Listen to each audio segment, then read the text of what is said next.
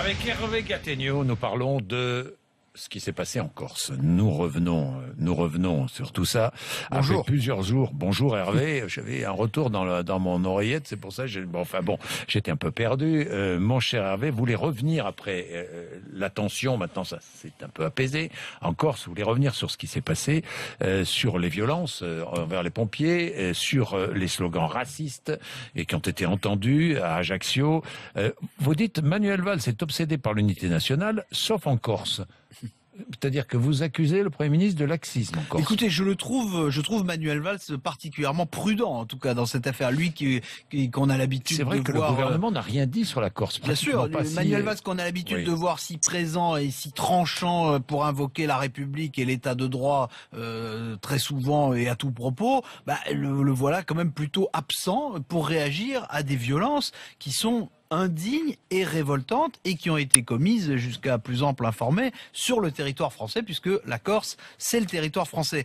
Que ce soit l'attaque contre les pompiers, qui est ahurissante, ou l'expédition punitive qui a suivi, qui est démente contre des musulmans, ce sont des actes qui mettent à l'épreuve, dans les deux cas, les dirigeants de l'État et les dirigeants de la Corse, c'est-à-dire les élus de cette majorité régionale qui allie les autonomistes et les nationalistes. Alors pour l'instant, on voit les élus corses faire ce qu'ils peuvent, disons avec des mots, mais on voit le gouvernement ne pas faire ce qu'il doit, c'est-à-dire avec des actes. Oui, vous pensez que tout n'est pas fait pour identifier et sanctionner les auteurs des violences de tous côtés parce que c'est la Corse ?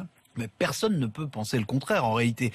Imaginez que les mêmes actes aient eu lieu dans n'importe quelle cité, n'importe quel quartier sur le continent. On aurait vu Bernard Cazeneuve ou peut-être même Manuel Valls en personne rappliquer sur le champ pour affirmer l'autorité de l'État. Oui. Là, on ne les a pas vus, on les a à peine entendu.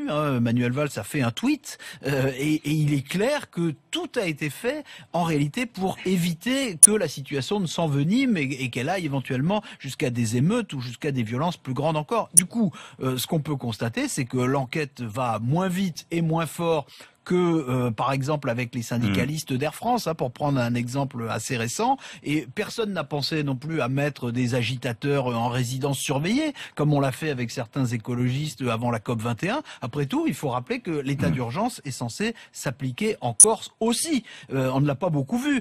Manuel Valls a su dire aux Corses que la seule langue de la République, c'est le français. Je crois qu'il devrait être capable, en Corse, de parler, lui, un langage de fermeté. Oui, est-ce que vous iriez jusqu'à dire que c'est justement l'affaiblissement de l'autorité de l'État qui explique ces tensions, ou est-ce qu'il y a un problème de racisme spécifique à la Corse? Alors, statistiquement, rien ne permet de dire qu'il y a plus de racisme en Corse qu'ailleurs, donc il ne faut pas le dire.